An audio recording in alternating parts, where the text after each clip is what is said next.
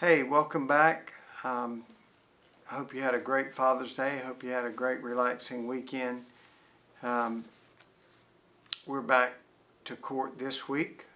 We've got two judges in Ori, and we'll be doing trials in one courtroom and pleas in the other. And I'll be back next Monday to update you on all of those. It's a great time to remind you that the whole purpose of this page is transparency. It's not that we're trying to say we're proud of this sentence or we are endorsing this sentence. Yesterday, and I'll start off, I was looking at some of the comments on the rape case. Daniel Orlando, 29 of Conway, second degree criminal sexual conduct with a minor. And there was a lot of comments. A lot of those comments are the same way I feel. Exact same way I feel.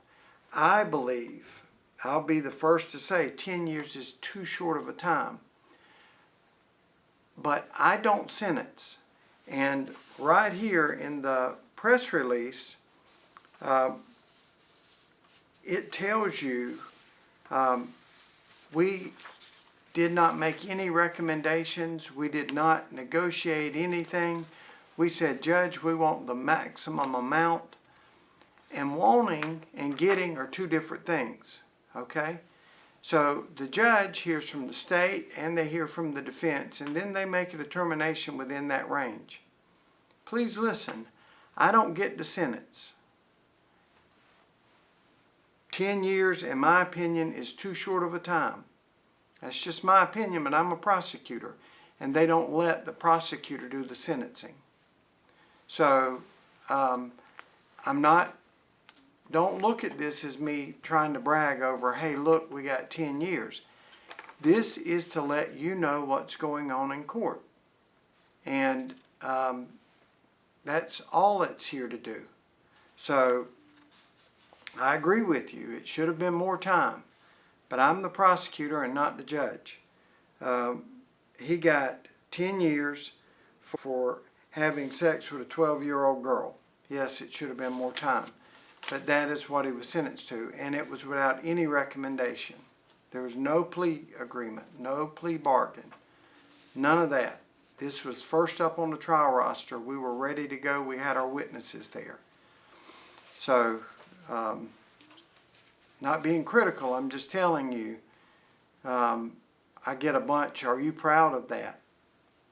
No, I'm not proud of that. I don't get the sentence. So I believe, in all honesty, this stolen check scheme should have gotten more time, but William Perry, 25 of Fort Lauderdale, Florida, stole a bunch of checks. Let me tell you what happened. Police pulled him over for a strong odor of marijuana. This is totally unrelated. And when they search incident to the arrest, they found hundreds and hundreds of stolen checks. I don't believe 1,200 stolen checks. You can't imagine how much time it took us to contact the victims to let them know that a check was stolen. I think that's too many checks for him to have gone around to people's mailboxes, but we didn't get a lot of help from our federal partners on this. It really should have been a federal case, but it's one that we took and went forward on it. But he got 7 years for receiving stolen goods and 5 years for conspiracy. Now, one last thing I'm going to say on this. To the extent that you can, and I know we're all working, but just as soon as you can get your mail out of the mailbox and into the house, you're better off. Because this is going on, this is the biggest thing we've seen as far as check stealing. But this is going on all across the country, and they're washing these checks and then turning them in and turning them into, real amounts that could affect your credit. So try to get those checks in as quick. I don't believe that these were stolen from each mailbox, but that's what we got, 1,200 checks and hundreds of victims that had to be contacted on those. And finally, Jameer Claiborne, 24 of Myrtle Beach, pled under Alford to strong arm robbery for a robbery that took place on January 2nd of this year.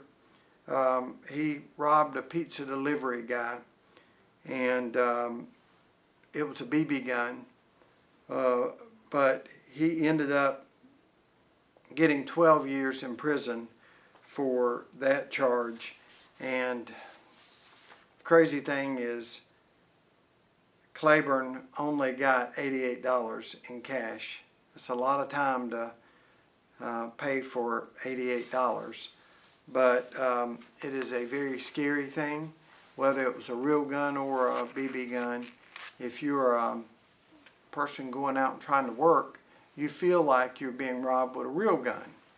So that's why we push these stiff sentences. It's not that, you know, you could have got a bad whelp. That person that was being robbed certainly thought they were being robbed with a real gun. So, under Alford, that simply means the person is not necessarily admitting guilt, but he's saying to the court, they could prove what they say happened. I'm not going to stand here in front of God and everybody and tell them that I did it, but Judge, do with me, treat it as a guilty plea, but I'm not going to say the words I'm guilty. I'm just going to say I would be convicted. And that's what North Carolina, the simplest way I can explain it to you, that's what when you see North Carolina versus Alford, it's talking about a U.S. Supreme Court case that says a person can be found guilty by simply pleading under Alford. So that's what that is. He pled under Alford. The judge gave him 12 years. He could have got up to 15. I'm not going to sit and criticize that sentence. 12 out of 15 is not bad. But to complete the circle, yes, I believe the Daniel Orlando should have gotten more time. But I am not the judge. I am the prosecutor. Hope you have a great week, and again, we will be here to update you next week on what took place in court.